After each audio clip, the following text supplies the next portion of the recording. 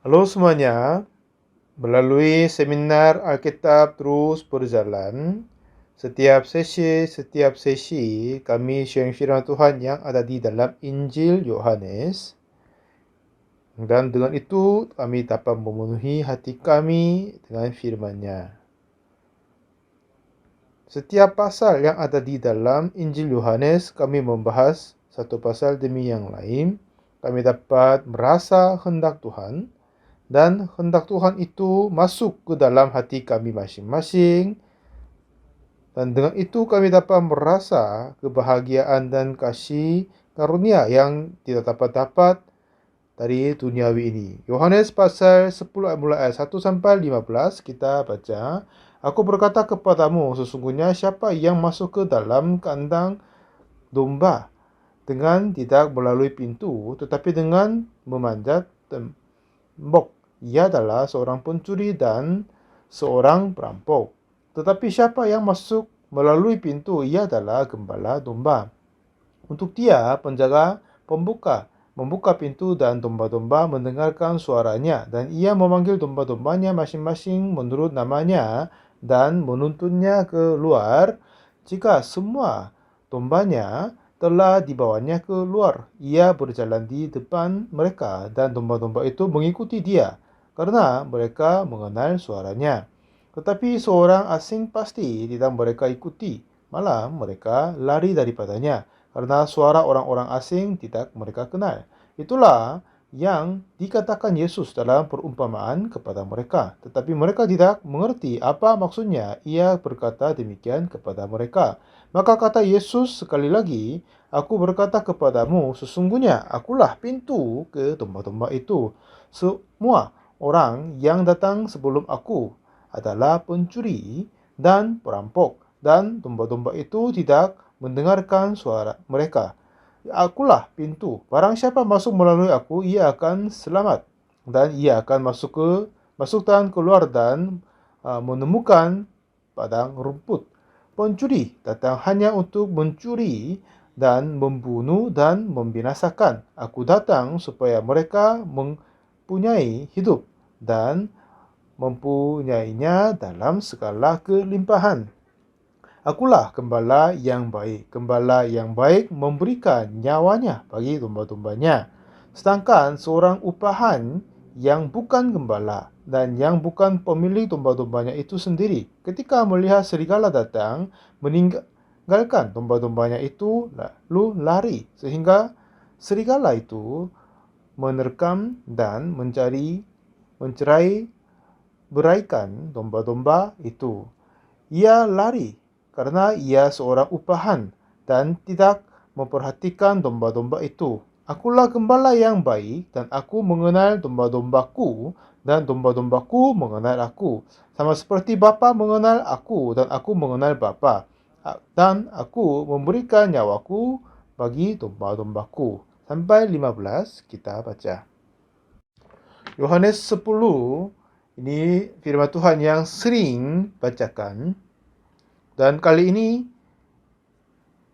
sebelum saya menyampaikan firman Tuhan, saya terus berpikir tentang Yohanes pasal ke-9. Dari sana, banyak firman Tuhan dan hati Tuhan Yesus dapat dinyatakan. Saya dapat merasa itu menjadi berbahagia kepada saya juga. Di antara jemaat-jemaat kami, saya minta maaf berkata hal ini, memang tidak semua orang yang sama dengan yang lain kan? Ada yang sangat-sangat berharga, kayak mempunyai iman yang luar biasa, dan juga ada yang kurang beriman, memang ada yang berbeda. Tapi pada Yesus melihat kita, jika Yesus melihat memandang kita, ya seorang nama Bak Oksu, bagaimana Tuhan melihat aku ini? Aku ini kurang baik orangnya, sering berbohong dulu,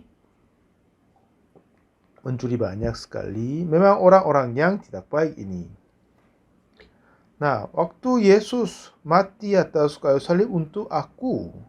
Nah, hari ini di Yohanes pasal 10 yang saya baca, ini masuk ke dalam hatiku firman-Nya. Kata di sini dalam Ayat 9, Akulah pintu, barang siapa masuk melalui aku, ia akan selamat. Dan ia akan masuk dan keluar dan menemukan padang rumput. Ini apa yang Yesus berkata. Nah, di dalam kitab suci ya, katanya Yesus sendiri adalah pintu. Ya, masuk keluar melaluinya akan dapat padang rumput. Dia adalah pintu. Barang siapa masuk dan dialah gembala. Jadi Yesus adalah pintu dan saya masuk melaluinya, ya kan? Saya mulai berpikir tentang hal itu. Ada yang perempuan tangkap dari perzinahan, dia tangkap pada tempatnya oleh ahli Taurat dan orang-orang Farisi. Ya, hukum Musa melempar perempuan-perempuan demikian. Tapi Yesus, betapa indahnya, betapa hangat hatinya dia memberi kasihan kepada perempuan itu. Jika Yesus bukan orang yang begitu, apa yang saya hidup sampai sekarang ini? Aku seorang yang jahat, punya banyak dosa, yang kotor sekali. Dan aku yang ini, memang tidak ada orang yang akan suka saya. Pasti saya berpikir begitu. Tapi, ya Yesus mengasihi aku. Saya terus berpikir tentangnya. Yesus, ya, mati atas kayu salib untuk aku. Yesus menanggung dan menghapuskan dosaku. Ya, seperti jika kita masuk ke dalam ruangan, selalu lewat pintunya.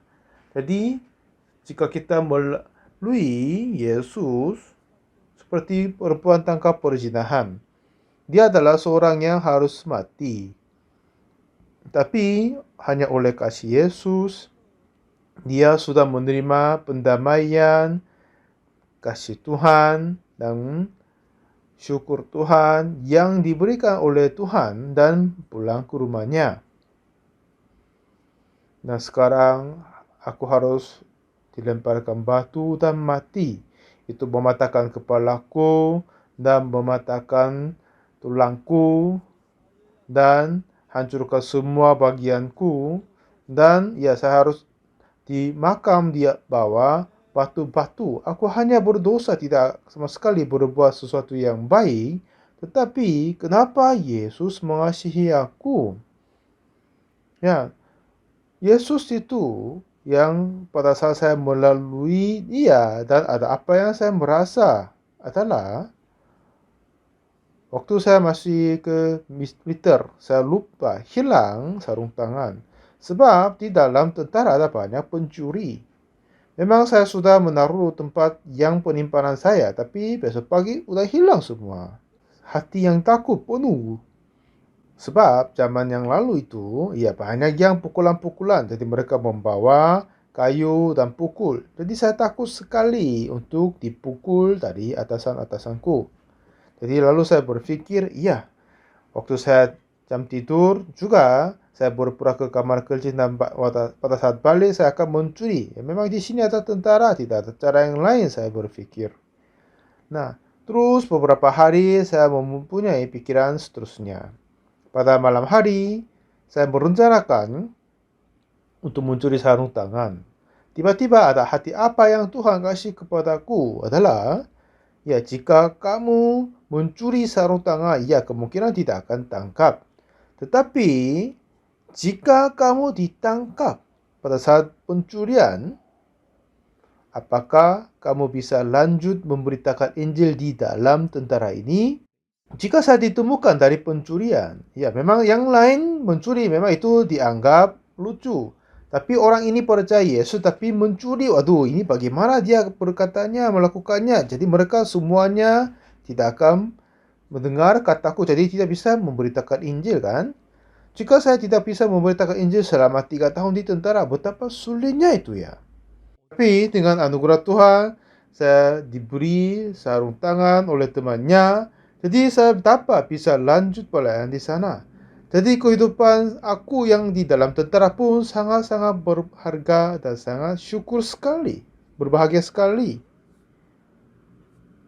Sebab Yesus adalah pintu. Dan saat saya masuk ke dalam, melalui pintunya, dengan ini saya dapat merasa Yesus. Perempuan tangkap dari perzinahan. Dan dia seharusnya dilempar batu dan mati. Tapi pada saat dia masuk melalui Yesus, semua batu jatuh ke bawah. Perempuan ini betapa berharga, berbahagia di dalam hatinya. Betapa dia senang hatinya. Ya, selama dia masuk melalui Yesus Kristus, selama dia bertemu dengan Yesus Kristus, selama dia bertemu dengan hati Yesus Kristus, sebab Yesus bersama dengan dia. Ya, seperti aku yang pendek itu tidak masalah. Jika saya kelihatannya jelek itu pun tidak masalah. Jika saya menjadi kotor nggak masalah juga. Jika saya menjadi kotor nggak apa-apa. Karena kasih Yesus membungkus aku.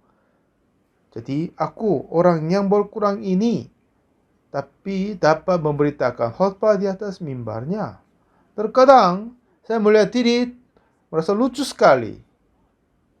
Dan jemaat-jemaat berkata, Pak Pendeta. Dan saya juga bertanya kepadaku juga, apakah kamu sungguh pendeta? Saya jawab diri, ya memang aku orang pendeta. Ya memang lucu sekali. Saya juga terasa lucu. Tapi Tuhan yang mengangkat aku. Nah, seperti begitu, jika orang masuk keluar melalui Yesus Kristus, karena Yesus adalah pintu, ya, tidak hanya lewat saja, tapi selama saya masuk melalui pintu, yaitu Yesus, ia telah menghapuskan semua dosa kita, ia telah menguduskan kita, ia telah membenarkan kita. Sampai sekarang dia menolong kita, dan dia kerja kepada kita, dan memberas kasihan kepada kita. Saya terus berpikir ulang tentangnya. Perempuan tangkap dari perzinahan. Dia masuk melalui Yesus Kristus. Saat dia masuk lewat Yesus Kristus, hati yang keinginan perzinahan sudah hilang. Dan takut untuk kematian pun hilang juga. Ya, tapi hati dia bersyukur kepada Yesus itulah saja penuh di dalam hatinya. Jadi, dengan itu, dia hidup dengan penuh syukuran bagi Yesus Kristus. Dan pada saat balik, dia berbalik lagi mengucap terima kasih kepada Yesus. Dan pada saat dia pulang, berbalik, mengucap syukur lagi. Terus menerus begitu. Jika tidak ada Yesus, aku akan mati. Aku akan dibinasakan. Aku akan berdarah. Semua tulangku akan dipatahkan, akan dimakam di atas batu-batu. Tapi Yesus yang selamatkan aku, ia yang selamatkan aku. Nah, tidak hanya perempuan tangkap perzinahan saja. Aku juga tidak jauh berbeda dari perempuan itu. Tetapi selama saya berjalan lewat Yesus Kristus, selama saya masuk lewat Yesus Kristus, melalui Yesus, anugerah Yesus Kristus, kasih dari Yesus Kristus, itu menjadi besar dan bagi saya juga. Kali ini saya pimpin seminar di Amerika dan saya terima banyak berkat. Dan minggu depan saya pergi ke Afrika untuk bertemu beberapa presiden di negaranya. Lalu ada kunjungan-kunjungan di negara yang lain-lain. Dan kemarin ada seorang pendeta datang, apakah kita siap hadiah untuk kepada Pak Presiden di Afrika? Oh iya, ada apa? Saya tidak pernah berpikir hal itu. Kata dia, Pak Pendeta, mungkin apakah saya bisa siap untuk ginseng? Oh itu baik, saya terima kasih banyak bilang. Nah saya akan ketemu 4 presiden. Dan jika saya berpikir tentang kasih Allah, selalu merasa bersyukur sekali. Dan juga Yesus itu baik kemarin, hari ini, sampai ke depan. Dan dia tidak sama sekali berubah. Dia tetap akan mengasihi aku. Saya merasa sangat-sangat berbahagia dan syukur sekali. Selama saya hidup dalam mengasihi Tuhan, dan kadang saya merasa marah, terkadang saya merasa capek. Inilah yang orang aku ini. Tetapi selama saya melalui Yesus Kristus, dan semakin banyak saya bertemu dengan Yesus Kristus, banyak anugerah yang saya dapat daripadanya. Aku ini yang orang berdosa diampuni dan menjadi orang benar di depan Tuhan. Seperti bunyi nyanyian ini. Ini tidak sama sekali pernah saya membayangkan sebelumnya. Ya, semua dosaku telah dihapuskan seperti salju. Tidak sama sekali tertinggal, semua dihapuskan semuanya. Yesus berkata telah membenarkan aku. Sampai akhir zaman ia menyertai dengan aku. Nah, jika saya berpikir semuanya, ya, walaupun saya tidak punya apa-apa, tapi sebab Yesus ada, saya dapat merasa berbahagia. Tahun 1962, saya bertemu Yesus Kristus dan menerima pengampunan dosa. Nah, sekarang tahun 2021. Jadi, tahun depan sudah menjadi pas 60 tahun setelah saya bertemu Yesus dan menerima keselamatan Tuhan. Nah, semakin waktu berlalu, makin dunia ini sudah berubah banyak sekali. Dunia ini sudah berubah jauh banyak sekali dari 60 tahun yang lalu. Tetapi Tuhan Yesus sejak tahun 2000 tahun yang lalu sampai sekarang tidak sama sekali berubah. Dan dia menanggung seluruh hidupku. Saya selalu berbahagia sebab saya berada di dalam tangan Tuhan. Sampai sekarang Tuhan menjaga aku dengan tangannya sendiri dan menggunakan aku dalam pelayanan perinjilan. Selama 60 tahun akhir ini, Tuhan selalu memberikan berkat yang luar biasa yang tidak bisa menyatakan semuanya. Katanya, akulah pintu, barang siapa masuk melalui aku, ia akan selamat. Dan ia akan masuk dan keluar dan menemukan padang lembut. Jadi kapan saja kita ketemu Yesus, kapan saja kita mempunyai kesulitan, kapan saja kita maju kepada Yesus, Tuhan tidak sama sekali menolak saya. Waktu saya masih melayani di kota Kimcheon, saya sewa rumah untuk uang deposit. Saya kasih 2 juta dan dapat rumah yang baik. Tapi pemilik rumahnya yang pemain judi. Lalu dia hilang semua uang. Akhirnya rumahnya hilang juga. Jadi rumahnya telah ditanggung di bank dan dia kabur. Lalu kepala cabang dari bank datang dan tanya, ada apa yang terjadi di sini atau enggak? Saya tanya, semua yang dia ceritakan, ini sudah menjadi milik bank. Katanya, aku harus keluar. Waktu itu saya tidak sama sekali mempunyai 100.000 rupiah juga. Terkadang kepala cabang datang, ya memang tidak ada sesuatu yang saya memberi kata kepadanya.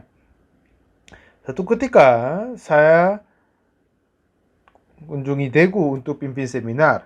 Ia datang dan saya bilang, ya Pak, maaf, saya tidak ada sesuatu yang berkata kepadamu.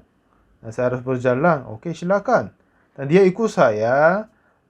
Dia beli karcis dan naik bus bersama. Dan dari menuju ke Kimcheon ke bus, saya obrol samanya. Ya. Dia katanya dia sulit sebab aku. Karena aku tidak kosongkan rumahnya. Selama saya obrol samanya, Tuhan memberi hati bahwa apa kamu berkata kepadanya kau percaya Yesus? Saya bilang aku tidak, Pak Tuhan. Karena saya masih mempunyai karakter yang tidak baik. Jika ada yang sulit saya akan tahan dulu, tidak akan mengosongkan. Tapi jika saya percaya Yesus, tidak akan melakukan yang jahat kepadanya kan? Tapi Yesus berkata, siapa yang harus selesaikan masalah ini? Oh iya Tuhan, kau harus kerjakan. Kalau gitu kenapa kamu tidak berkata tentang aku?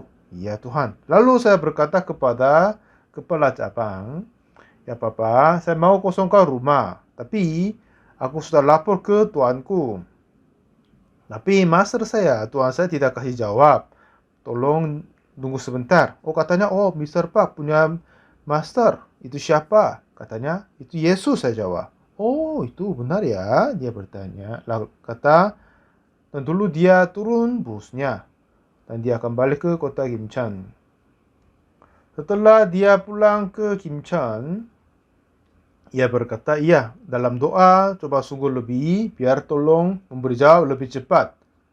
Aku tidak tahu bagaimana cara percaya Yesus, tetapi ya coba usahakan. Jadi ini pertama kali saya dengar usahakan dari orang-orang yang tidak percaya. Itu saya berdoa di gudang di tempat kami. Satu ketika ada suara dalam hatiku, ayo kamu coba keluar dari rumah. Dan kebetulan di dekat rumah saya ada yang kasih sewa 2 rantai rumahnya itu bagus sekali. Katanya ini disewa dalam 2 juta. Tapi saya tidak sama sekali punya 100.000 juga. Dan beberapa bulan kemudian, dan lalu saya berdoa lagi. Ada apa yang Tuhan berkata kepadaku lagi? Bahwa bagaimana rumah yang kamu lihat sebelumnya? Oh itu bagus, bagus Tuhan. Tapi mungkin itu sudah tersewa. Saya kira. Karena itu tempat yang sangat-sangat terbaik untuk buat bisnis-bisnisnya. Oke, tapi saya ikut carinya. Tapi ternyata itu masih belum disewa. Ya, mungkin Tuhan akan kasih rumah ini kepadaku. Lalu saya berdoa. Setelah saya kunjung di sana, hanya anak-anak saja di situ. Lalu saya keluar saja. Lalu pada malam hari saya kunjung lagi. Lalu saya ketemu pemiliknya. Karena saya mempunyai hati, Tuhan sudah kasih rumah ini kepadaku. Saya bilang kepada pemiliknya bahwa, Papa, aku adalah hamba Tuhan. Saya datang di sini untuk memberitakan Injil, tapi seorang rakyat di sini melakukan jahat kepadaku sebab saya hilang 2 juta uang untuk uang deposit di rumah yang lama. Tapi pemilik yang lama itu tanggungkan rumah semua dan pinjam uang dan rugi semua. Saya harus kosongkan rumah itu. Tapi aku tidak punya uang apa-apa. Jadi saya doakan kepada Tuhan. Dan saya dapat janji Tuhan bahwa Tuhan akan memberi rumah ini kepadaku. Namun aku tidak punya uang. Semoga Anda kasih izin saya bisa dipakainya. Lalu Tuhan memberi hati iman bahwa aku bisa pakai rumahnya. Lalu pemilik rumah itu menutup mata dan berpikir tentang mendalam. Sekitar 5 menit lebih dia berpikir. Saya tunggu tetap di sana. Akhir-akhirnya pemilik rumah membuka matanya. Lalu apa yang ia berkata adalah, aku seorang penatua di gereja Jijua yang ada di dalam pusat kota, berkata dia. Tuhan sudah memberi rumah yang baik di jalan ini. Ini yang dikasih oleh Tuhan. Dan hamba Tuhan mau pakai. Bagaimana saya menolaknya? Ya, silakan menggunakannya. Aku seperti bermimpi, jawabnya. Dan saat itu, anak perempuan yang kelas SMA kelas 2 ada di rumahnya.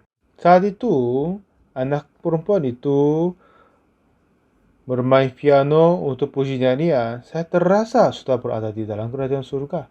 Nah, setelah itu kami obrol dengan hal ini dan yang lain. Setelah saya bangun dan pulang, bapak pemilik itu bertanya, ya, jika Anda datang, apakah Anda datang dengan tangan kosong? Katanya. Kalau begitu, ya kami berdua semuanya ya terasa aneh kan? Kalau begitu, berapa banyak Anda bisa siapkan? Dia tanya. Tiba-tiba saya berkata 800.000. Bapa? Oke, 800.000 sudah cukup, dia berkata. Setelah saya berkata 800.000, waduh, saya nggak punya uang apa-apa. Kenapa saya bilang itu? Saya berpikir gitu. Harus saya cari dalam seminggu. Nah, dalam 1 minggu, Tuhan kasih 800.000 rupiah. Semuanya. Ini zamannya lalu itu uang besar sekali. Lalu pada saat saya masuk, pindah rumahnya, saya tidak kampung pindahan. Saya pergi ke penginjilan dan memberitakan Injil dari satu keluarga. Pada saat jam 5 sore, waktu akhir sampai selesai pindahan, waktu itu ada hujan. Waktu di mana yang saya kunjungi, yang Bu itu berkata, "Oh Pak Pendeta, di rumahku tidak ada payung. Coba Anda tunggu sebentar sampai hujan berhenti." Saya jawab, "Oh enggak apa-apa Bu. Tuhan Yesus juga, dia hidup tanpa rumah. Jika ada hujan, dia pasti kena. Jadi ya, buat saya enggak apa-apa." Waktu itu saya ingin terhujan. Waktu itu saya taruh kitab di bawah bajunya, lalu saya terhujan dan berjalan. Dan sambil berdoa, saya berjalan seterusnya. Ya Tuhan, saat Anda berada di dunia ini, tidak ada kamar untuk istirahat. Setelah sampai khotbah, firman sepanjang hari, lalu istirahat di Bukit Zaitun. Hari ini seperti hujan ini. Di mana engkau menghindari hujannya? Di mana Anda istirahat dengan di bawah pohon apa? Seperti yang saya berdoa. Saat Anda berada di dalam dunia, hidup begitu. Tapi aku ini bukan apa-apa. Kenapa engkau kasih rumah kepadaku? Terus, kata dia apa? Akulah pintu. Barang siapa masuk melalui aku. Nah, dan dengan begitu merasa Yesus, bertemu Yesus dan mengalami Yesus. Itulah hidup kita. Awal saya memberitakan Injil, ini sulit dan miskin sekali. Tapi saya tidak sama sekali memasalahkan itu apa-apa. Jika saya mempunyai banyak uang saat itu, ya, jika saya mempunyai banyak uang untuk sampai rumah yang baru, jika saya dapat mobil yang baik, kalau begitu tidak akan saya mengalami Tuhan yang bantu aku. Pada saat saya pergi untuk pimpin ibadah seminar, tapi banyak kali saya tidak punya uang untuk transportasi. Tapi banyak kali, hampir semua kali, Tuhan selalu membantu. Kata Tuhan, akulah pintu. Barang siapa masuk melalui aku, ia akan selamat. Dan ia akan masuk dan keluar dan menemukan padang rumput. Akan apa? Menemukan padang rumput. Jika kita melalui Yesus, dan jika kita terima pengampunan dosa oleh darah Yesus, seperti domba-domba menemukan padang rumput. Seperti semua kehidupan kita terjadi oleh anugerah Yesus Kristus. Sekarang saya sudah menjadi tua. Pada pagi, pada saat saya membersihkan rambut, ya, aku ini sudah menjadi putih dan juga ya menjadi tipis juga. Kemungkinan ada kurang bergizi, walaupun saya makan banyak. Dan banyak yang hilang rambutnya juga. Nah, sekarang saya juga merasa aku sudah cukup tua. Awalnya saya berpikir mungkin saya bisa hidup sampai 60 tahun. Dan sampai saat itu saya jelaskan banyak hal untuk membersihkan. Saya tidak pernah berpikir akan hidup lama. Tapi pada saat saya berusia 60, aku masih belum meninggal. 70 masih tidak. Dan saya sudah dekat waktunya usia 80. Nah, berapa lama saya bisa hidup saya nggak tahu. Tapi rata-rata hidup sekarang sudah jadi lebih tinggi dari dulu kan. Kemungkinan sudah bisa sampai 100 tahun. Mungkin aku tidak merindu begitu, ya kan? Jika Tuhan panggil hari ini, ya udah cukup saya bisa pulang ke Bapaknya. Nah, kehidupan dengan merasa Yesus Kristus. dan masuk dan keluar, dan akan selamat, terima keselamatan, dan menemukan padang rumput. Tuhan tidak sama sekali menolak saya.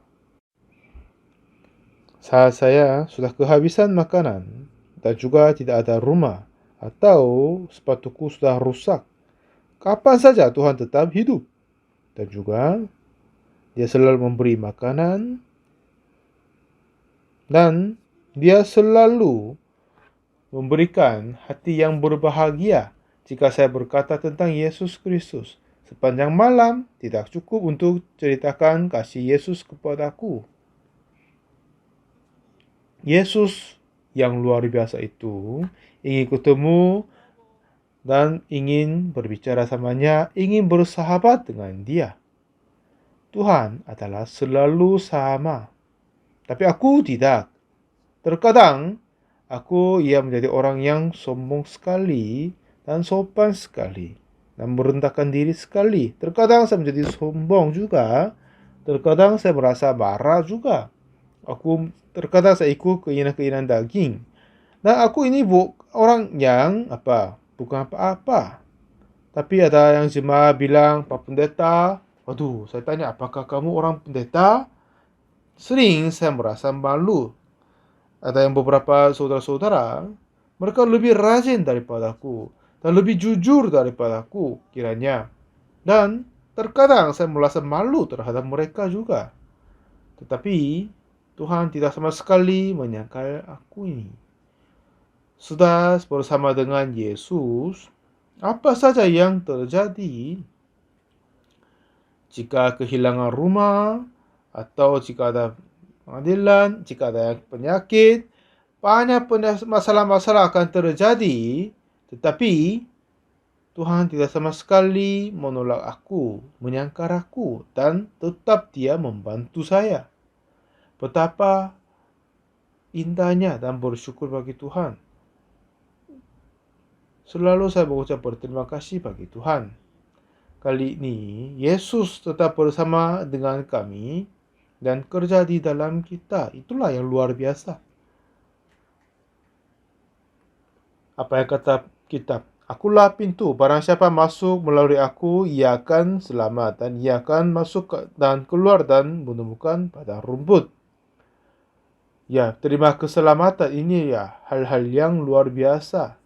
Dan tidak hanya menerima keselamatan, tapi juga di sana ada banyak anugerah berkah akan pasti bertambah kepada kita.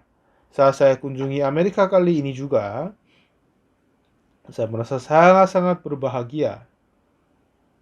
Banyak orang datang menerima keselamatan Tuhan.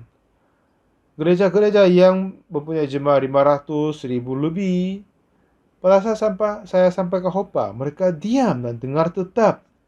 Dan terharu semua. Ya Tuhan, siapakah aku? Jadi Engkau memberikan anugerah kepadaku. Karakter saya enggak baik, aku tidak stabil, aku tidak tahu apa-apa. Tetapi Tuhan sudah memberikan berkat, seperti Dia memberikan berkat kepada perempuan tangkap dari perzinahan. Tuhan selalu memberi anugerah kepadaku. Saya merasa syukur sekali. Katanya, akulah pintu. Inilah apa yang kata Tuhan. Akulah pintu. Inilah yang luar biasa. Setiap ayat-ayat yang saya membaca di sini, barang siapa masuk melalui aku, ia akan selamat, dan ia akan masuk dan keluar dan menemukan padang rumput. Nah, Yesus adalah pintu, sebab Dialah pintu. Jika kita tidak akan masuk, tidak melalui Yesus. Kita tidak akan keluar, tidak melalui Yesus. Setiap kali kita masuk dan keluar, selalu ketemu Yesus, selalu merasa Yesus, selalu syukur Yesus. Tuhan selalu memberi padang rumput. Tuhan menambah semua segala berkat-Nya. Kita semuanya sepertinya orang-orang yang kurang dan jahat. Tetapi seperti Yesus memberi anugerah kepadaku, jadi biar saya ketemu para presiden, para menteri. Nah sekarang banyak stasiun-stasiun yang sulit di Afrika, mereka sekarang siarkan khotbahku. Kalau begitu, ya ratio pendengar menjadi naik. Dan juga apa yang berkata begitu. Ini cerita yang saya dengar pagi hari ini. Ya, ini apa yang Tuhan kerja dengan luar biasa. Mari, jangan kita hanya hidup. Mari kita ketemu Yesus. Mari kita kontak sama Yesus. Coba kita ketemu dengan Yesus. Jika Anda sulit di dalam hidupmu, pandanglah Yesus. Karena Dia mengasihi Anda. Semuanya akan dipimpin oleh Dia. Coba percaya kepada Yesus. Coba bergaul sama Yesus. Coba merasakan Yesus. Dan hidup memandang Dia. Seperti Yesus selamatkan perempuan tangkap perzinahan. Pada saat teman-teman dari orang lumpuh membongkar atap dan turunkan tempat tidur kepada Yesus, dan Yesus berkata kepadanya, "Hai anakku, dosamu telah diampuni." Ya, biasanya jika orang merasa sulit, suka berkata, "Kenapa masalah terjadi kepadaku? Ada apa yang saya berdosa banyak jadi terjadi begini?" Ada yang suka berkata. Ya kan? Banyak yang berkata begitu. Tapi Tuhan Yesus berkata, "Hai anakku, dosamu telah diampuni. Angkatlah tempat tidurmu, bangunlah, angkatlah tempat tidurmu dan berjalanlah." Ya, Yesus itu mengasihi kita dengan baik-baik. Dia telah menumpah darah untuk kita. Dia sudah tahu semua kelemahan-kelemahan kita. Dia sudah siap untuk kita. Jika coba kita ketemu Dia, kontaknya, dan percaya Dia, mari kita jangan menggunakan cara manusiawi. Coba kita mengandalkan Tuhan dan ketemu Dia.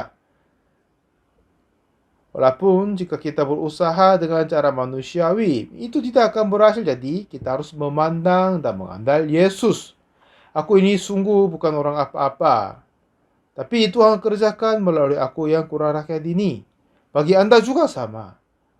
Jika Anda temukan Yesus Kristus dan serahkan semua masalahmu kepada Yesus, coba percaya Yesus akan kerja kepadamu. Pekerjaan yang luar biasa yang akan mengalami kamu. Dulu saya sudah banyak sekali tidak bisa makan dan sudah berjalan banyak karena saya tidak bisa ongkos kendaraan. Tapi setelah saya berpikir, jika saya punya banyak uang waktu itu, saya tidak akan mengalami hal-hal yang terbaik dari Tuhan. Sebab aku tidak punya uang, jadi saya bisa mengalami Tuhan memberi rumah tanpa uang. Tuhan memberi transportasi. Tuhan memberi makanan-makanan. Jadi ini semuanya hampir kelihatannya mustahil. Tapi Tuhan menjadi semua kepada hidupku. Dengan sisi semua saja, aku harus mengalami kesulitan, harus lapar. Kemungkinan mati kelaparan. Tetapi sebab Tuhan ada. Ya, sebab Tuhan ada. Aku sudah lepas daripada semuanya. Sekarang saya sudah menjadi tua.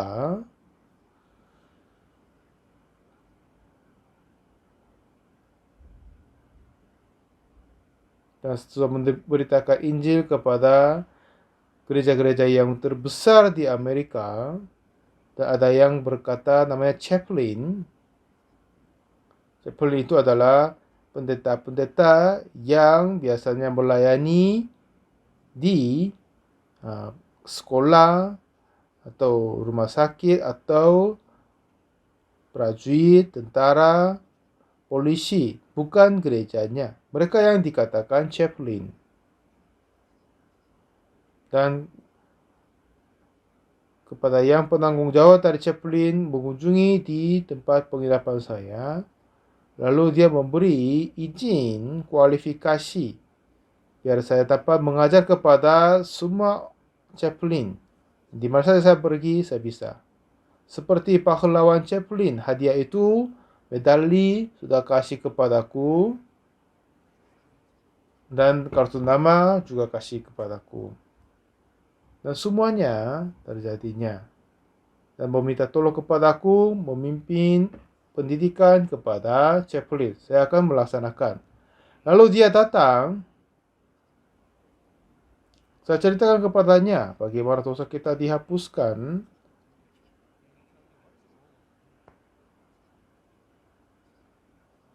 Dan kemungkinan akan ada banyak sempat mungkin berkata kepada para chaplain, ya ini semuanya luar biasa, Tuhan membuka jalan kepadaku. Teman-teman, semuanya tolong ketemu Yesus. Jangan melakukan cara manusiawi dan serahkan hidupmu kepada Yesus. Tanggungkan hidupmu kepada Yesus. Untuk masa depanmu, ya lepas tangan untuk masa depanmu. Karena Yesus yang siapkan untuk masa depanmu. Seperti yang aku hidup dengan berbaik saja kan? Untuk hidupmu, anakmu, lepaskan tanganmu. Saya berkata kepada anakku juga, ya Tuhan, anak ini Yongguk mempunyai dua ayah. Aku sendiri ayah, dan engkau Tuhan adalah ayah juga. Siapa yang lebih baik? Engkau adalah lebih baik. Aku akan pensiun untuk menjadi ayah daripadanya. Dan lalu saya berkata kepada anakku, hai Yongguk, akulah ayahmu, tapi ayah sesungguhnya adalah Tuhan. Andallah kepadanya. Dan sekarang aku lihat anakku mengandal kepada Tuhan. Saya sudah melihat Tuhan melakukan semua hal yang jauh lebih besar daripada aku. Jangan siapkan masa depanmu, tapi melayani kepada Tuhan. Apa yang Tuhan siapkan untukmu jauh lebih besar daripada yang kau siapkan. Jangan berusaha menjaga sehatmu. Serahkan kepada Tuhan. Karena dialah yang nomor satu menjaga hidupmu, kesehatanmu dengan baik-baik. Baik masalah keluarga dan anak-anak. Ya, percayakan kepada Yesus. Dan kata dia apa? Masuk dan keluar. Dengan ini apa? Temukan Yesus. Dengan itu kita dapat selamat dan menemukan anugerah dan menerima padang rumput. Dengan janji begitu, Tuhan sudah siap selalu. Jangan mencurigai, Yesus tidak akan membantu kita. Apa saja yang kita temukan, datanglah kepada Yesus. Percayalah Yesus akan membantu, karena ia akan bersama dengan kita. Yohanes pasal 10 ini apa yang Yesus mau berkata kepada kita. Selama 60 tahun sebelumnya, saya adalah seorang miskin dan sulit hidupnya. Tapi sekarang, ya hidup saya menjadi jauh lebih baik dari sebelumnya. Dan waktu itu, jika Tuhan tidak membantu, aku tidak akan tahan hidup. Tidak sama sekali ada yang bisa bantu saya. Tapi Tuhanlah yang bersama denganku. Saudara, lebih daripada tangan Tuhan. Tapi tangan dokter, tangan yang lain-lain, atau bantuan yang lain itu tidak akan baik daripada tangan Tuhan. Tidak sama sekali dapat terima Anda seperti Tuhan. Jangan berputus asa dan mengandal kepada Tuhan. Dan temukan Yesus dan Tuhan. Dan bekerja bersama dengan Tuhan. Tanggungkan semua masalah kepada tangan Yesus. Dan begitu, baik masuk dan keluar akan selamat dan temukan padang rumput. Ini firman Tuhan yang luar biasa, ya kan? Ini firman Tuhan yang akan berkata kepada kita. Mari kita hidup sepertinya. Jangan takut. Jika kita sulit, ya terimalah kesulitan saja, sedikit saja. Pasti Tuhan akan kasih pengalaman yang luar biasa kepada kita. Yesus adalah pintu. Dan masuk dan keluar melaluinya. Kita mengalami dia. Dan jika dia membantu, pasti dia membantu. Dan pada saat saya serahkan hidupku kepada Yesus, Tuhan sudah memimpin aku dengan cara yang baik sekali. Sekarang, Tuhan sungguh menjadi Allah kepadamu. Kata dia apa? Akulah pintu. Jangan mengambil jalan yang lain, tapi masuk dan keluar oleh Yesus. Mengalami Yesus Kristus. Serahkan semua masalah kepada Yesus. Kehidupanmu, masa depanmu, anakmu, keluargamu. Nah, jika Yesus tangani, itulah menjadi sangat indah. Terima kasih banyak. Mari kita berdoa. Tuhan, Bapa yang mengasihi kami, yang Maha Kudus, selama kami hidup bersama dengan Tuhan, kami sudah menerima anugerah yang besar sekali. Sebab kami banyak yang tidak percaya karena tidak dilihat. Bagaimanapun kami berusaha dengan pengusahaan diri, pasti ada kekurangan dari perbuatan manusia. Tapi dengan bersama denganmu tidak sama sekali ada masalah. Sebab engkau bersama dengan kami dan engkau memelihara hidup kami. Seperti engkau menyelamatkan perempuan tangkap dari perzinahan, dan engkau telah selamatkan kami dari dosa dan kejahatan, dan selamatkan kami dari semua segalanya, dari apa saja pun engkau menyertai dengan kami. Sebab itu kami percayamu, Tuhan. Dan baik masuk dan keluar kami temukan engkau, dan kami akan mengenal engkau, dan akan singkirkan cara metode manusiawi, dan tolong membantu dan menuntut kami dapat melindungi kepada Anda Tuhan. Tuhan, kami mengucap berterima kasih engkau membantu kami sampai sekarang dan seterusnya. Kami kembalikan pujian kepadamu Tuhan. Kami percaya engkau selalu bersama dengan kami. Dalam nama Tuhan Yesus kami berdoa. Amin. Terima kasih banyak semuanya.